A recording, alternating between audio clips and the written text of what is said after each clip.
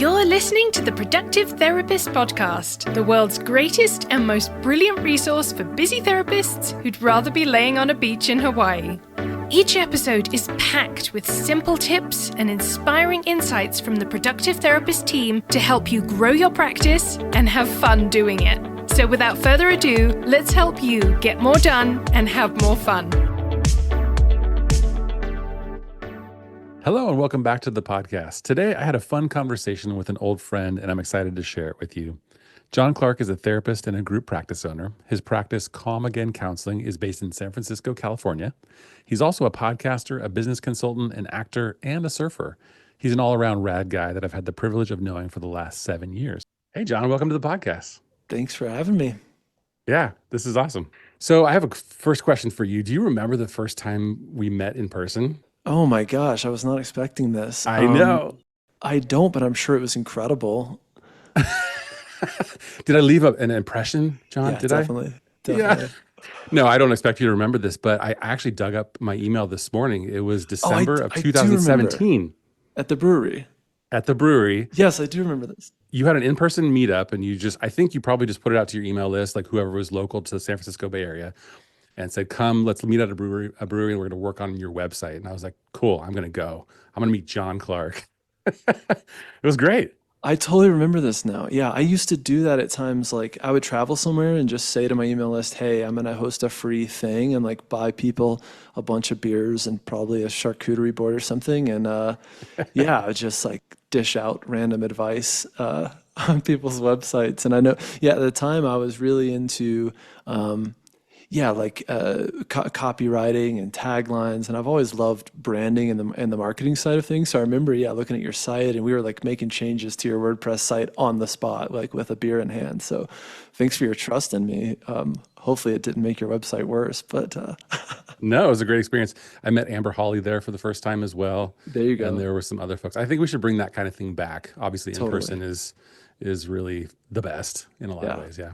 Anyways, I just wanted to throw that pop quiz question for you to see. I love it. Trip down memory lane. Yeah, exactly. Yeah, we should do more of those. For sure. Cool. Well, we're going to talk today about some changes that you and I both have made, and I made them after you, kind of inspired by you, to our intake process. So I was hoping for folks who are listening to this, could you tell them just a little bit about your practice? Yeah, this is my third practice. So my first practice was a solo practice in San Francisco that I left and sold for $0 because it was my name. The second one was a group practice in Charlotte, North Carolina that I sold for some dollars because it wasn't my name, and left in good standing with a solid practice and team and website and all that.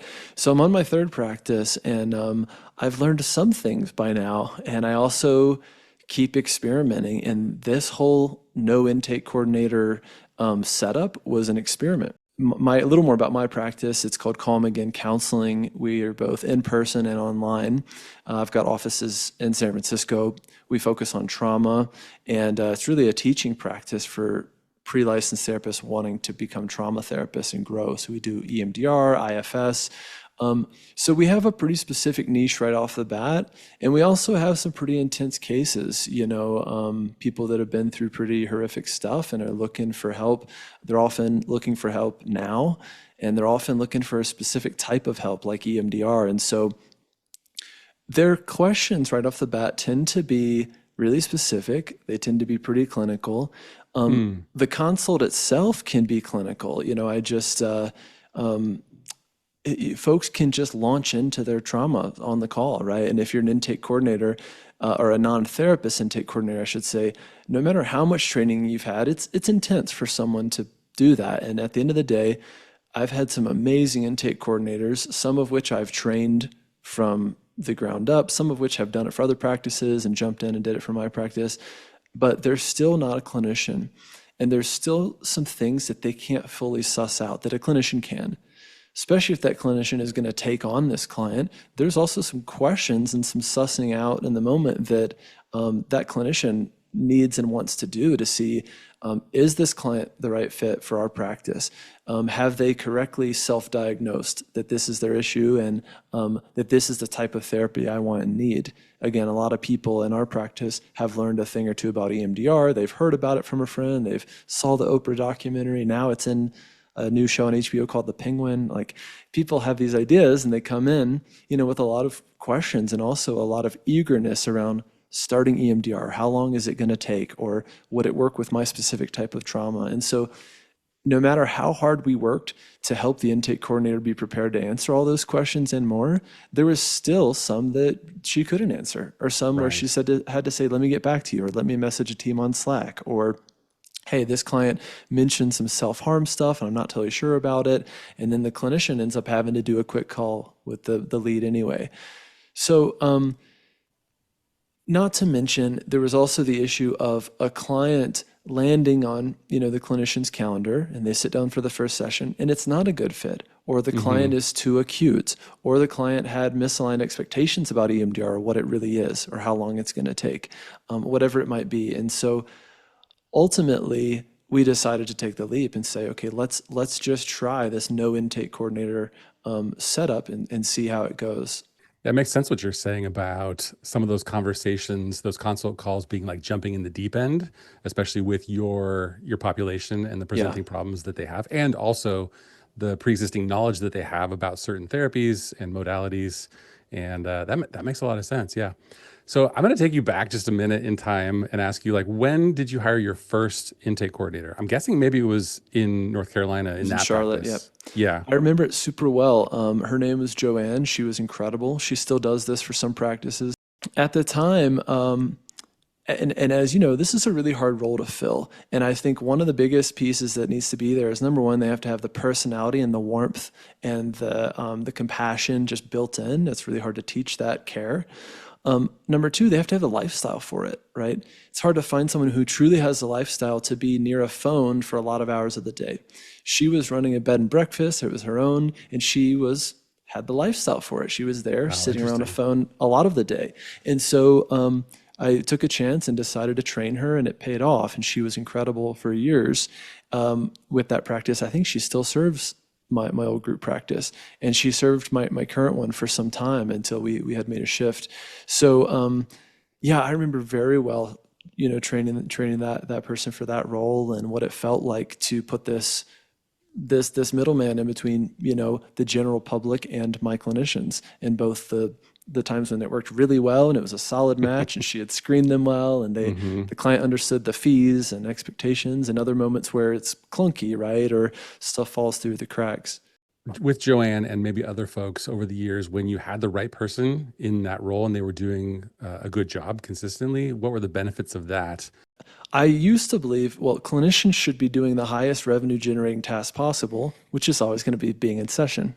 Sure. Right? So in principle, paying a clinician to do a task that could be paid for a lot less money, right, at an admin rate, didn't make sense, right, to kind of take their time and energy to go do free consults, especially knowing that a portion of those consults would not convert, and clinicians might feel like it's a waste of their time.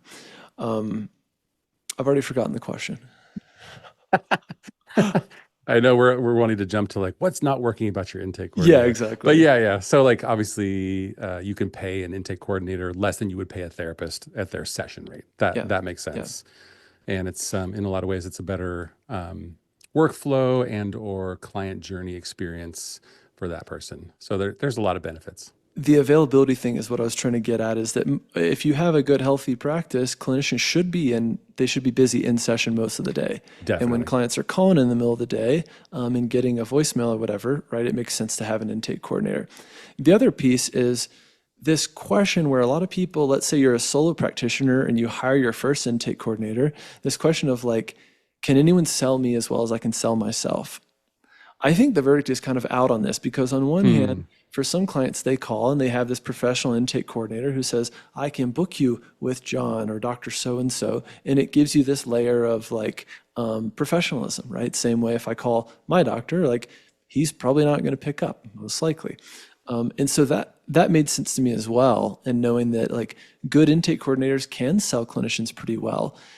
Not to mention, a good intake coordinator might also know, like, out of 8 clinicians at the practice, who actually has in-person availabilities on Wednesday at 4 p.m., who does EMDR, who doesn't do EMDR, right? Or the client says, I want a female clinician, so that narrows it down. So they can do some of that strategic matchmaking. And also when you have a new clinician, you might say, we really want to prioritize getting this new clinician full. And an intake coordinator can be part of that strategy. Whereas when you throw up a scheduling widget on your website and it's a free-for-all, and the general public can book with your clinicians, stuff gets kind of crazy, and you don't have that that person, managing that process and managing that strategy anymore.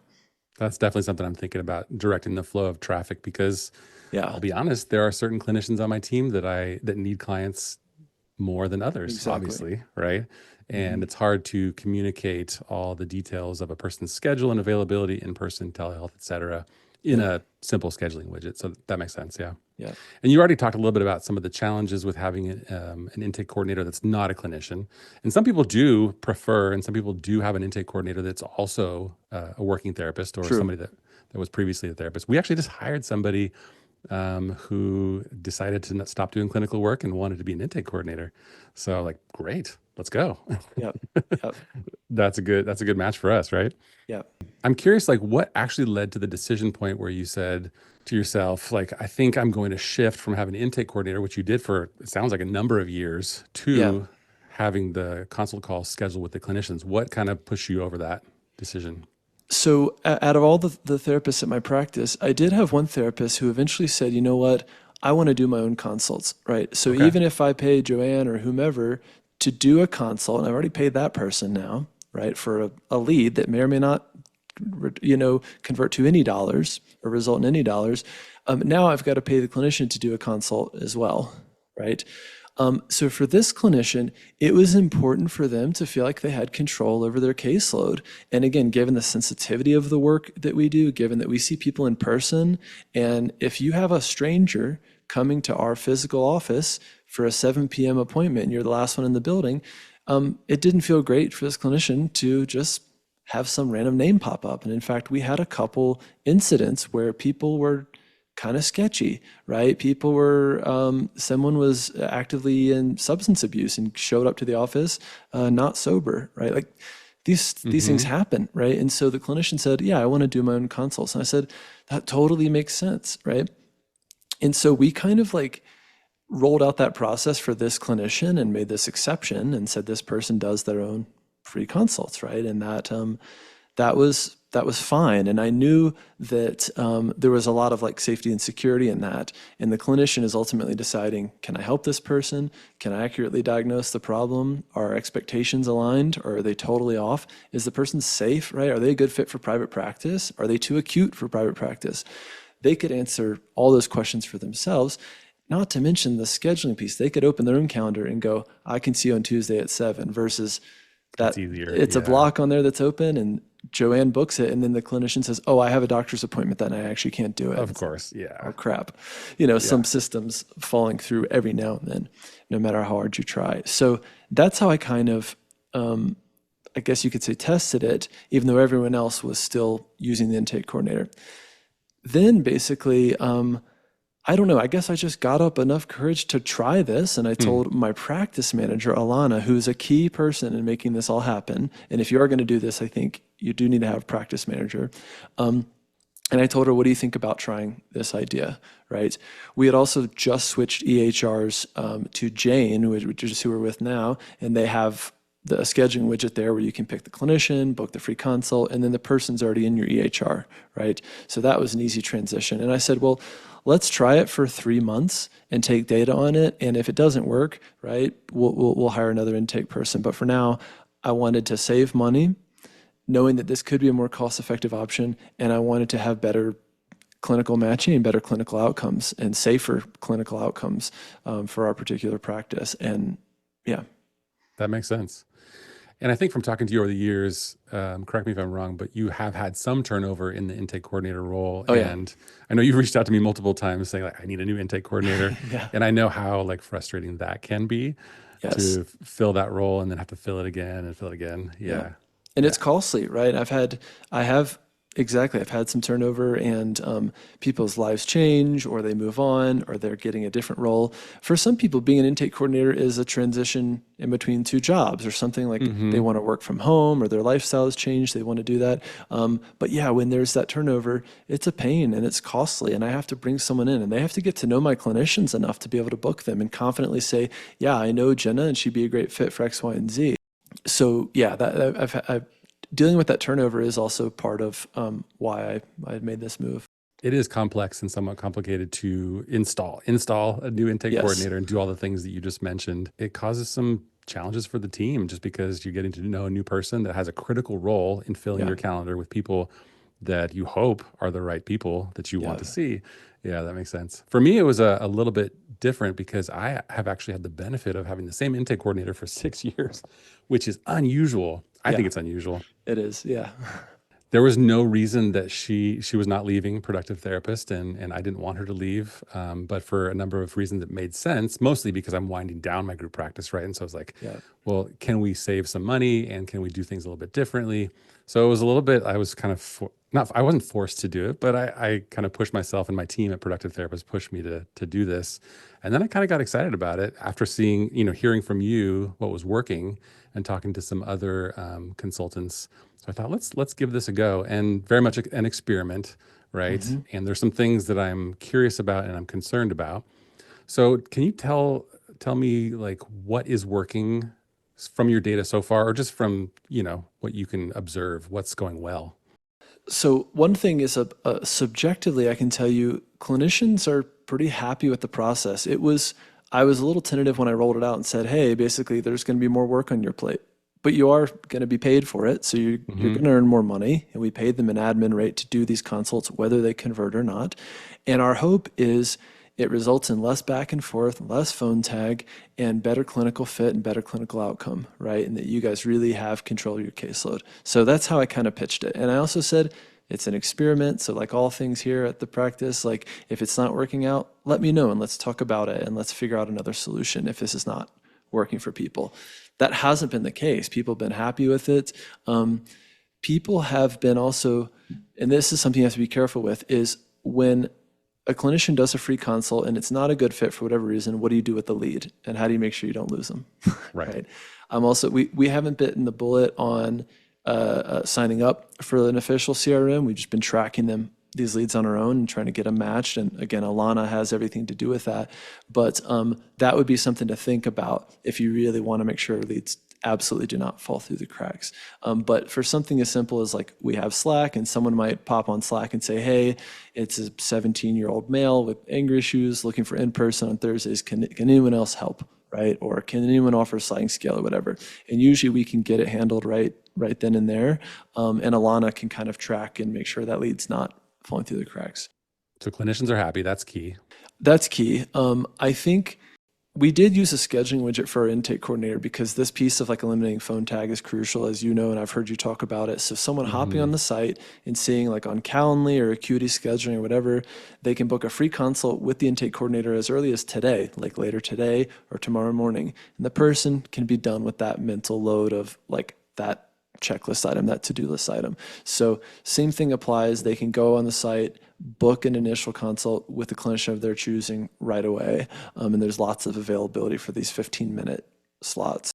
You probably don't have information about this, but it seems to me that it's easier for the potential client as well, or at least it's easy enough because people are used to like finding a restaurant or Yeah. finding a therapist, going to a directory, that kind of thing, and choosing the option that they want, and then being able to take a next action. Yeah. So I think that's cool. And I want to point out two of the things that I like about how you're doing it. You mentioned that you're using Jane for your EHR. And they do something that I haven't seen from any other EHR, which is the scheduling widget with the photo of the therapist. So you see a little, Correct. see the therapist's face. And so people can actually look at the therapist. They can click on each therapist, and then they can actually see a little bit about that therapist and then see their availability. So I think that seems to me that that's a good like user experience, if you will, right? So I really like that. And then you mentioned that gets them in your EHR right away. So if they do Yeah. become a client, it's even easier to just kind of move that process along. So I think that's That's really cool. And I'm assuming that I hope that Jane sends like reminders for those consult calls. They Do do. you know? Good. Yep. Okay. Yep. And you can toggle those, you can customize them. You could do the Right. free consult either phone or Zoom. And we did Hmm. deliberate that for a bit. We decided to go with phone because we had the clinicians vote and that's what they preferred. Yeah. And that's been fine. It's been sufficient for Yeah. our use. Yeah. That's good. It's easier to do that when you're not necessarily in the office or somewhere Yeah, that's, totally. You don't a have to good visual. put, Yeah. yeah, exactly. It seems to be going well for my practice so far. I just checked in with a couple of my clinicians yesterday, and they are having consult calls and they are booking clients. And so, to be honest, I'm thrilled. Yeah, I good, think good. it's great. And to your point before, they are having more choice over who they work with or don't work with. Our intake coordinator, longtime intake coordinator Tiffany, did a great job, but you're 100% right. It's you don't know, and sometimes, of course, the person on the phone doesn't tell you everything that you need to know really to make a good match. Exactly. Would they tell more to a therapist than an intake coordinator? I don't know. I think so. Yeah, yeah. That's really cool. What are some statistics that you have, like Okay. just a quick hit? I've been like staring at this the whole time, trying to Oh, not nice. spill the beans. So in a 10-week look back, so I had Alana pull some of these numbers. Our previous conversion rate, now given a lot of caveats to this number, we're a cash pay practice in San Francisco. We're a niche practice. We all of our marketing is organic, so everything is Google focus. It's SEO. It's Google My Business. It's email marketing. That's basically our entire marketing. The old conversion rate for with an intake coordinator was 46%. Okay, that's quite good, I think. I think it's good. So we aim for 50% conversion rate. Again, our fees are, I think, slightly above market average, even for pre-licensed therapists. We start them anywhere between 175, 195 for a 40-minute session, 45-minute Okay. session, and we offer a lot of 60 and 90-minute sessions because we do EMDR. So that's kind of what those numbers look like. With this no intake coordinator setup, we've increased that number by 6%. So we're at 52% in this 10-week What? look back period. So I'm really happy with that. And obviously you can think about, for a practice of 7, 8 clinicians, a 6% jump is substantial. That's huge. Yeah. If you had asked me, hey, you're right, guess what happened? I would have guessed like maybe 3, 4, 5, 6% Yeah, less. Like, because my concern with sure. this kind of setup is that people will get dropped. Maybe they'll set up a consult, but then it won't be a Yeah, good fit and yeah, they won't become a client, right? That's so interesting. And I would guess that continues and probably holds steady, most likely. yeah. Yeah, we'll keep looking at these numbers, of course, but in terms of if folks are wondering, like, is this going to be a massive Mm-hmm. drop? In my Mm-hmm. case, it has not been, right?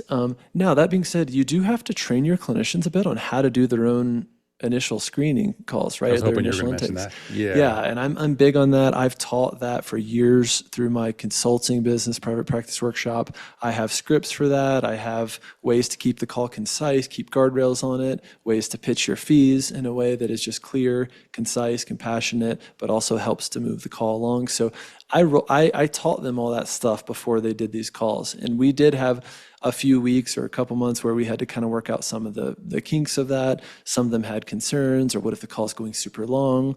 What if the client pushes back on the fee? I have to kind of train them and all that stuff, same way you train your intake coordinator to do that. So it was a learning curve, but worth it. And if you document that stuff and create, handouts and scripts and, Loom videos for that stuff and include it in your new hire orientation, then you're good to go. And you can bake that into your new hire onboarding.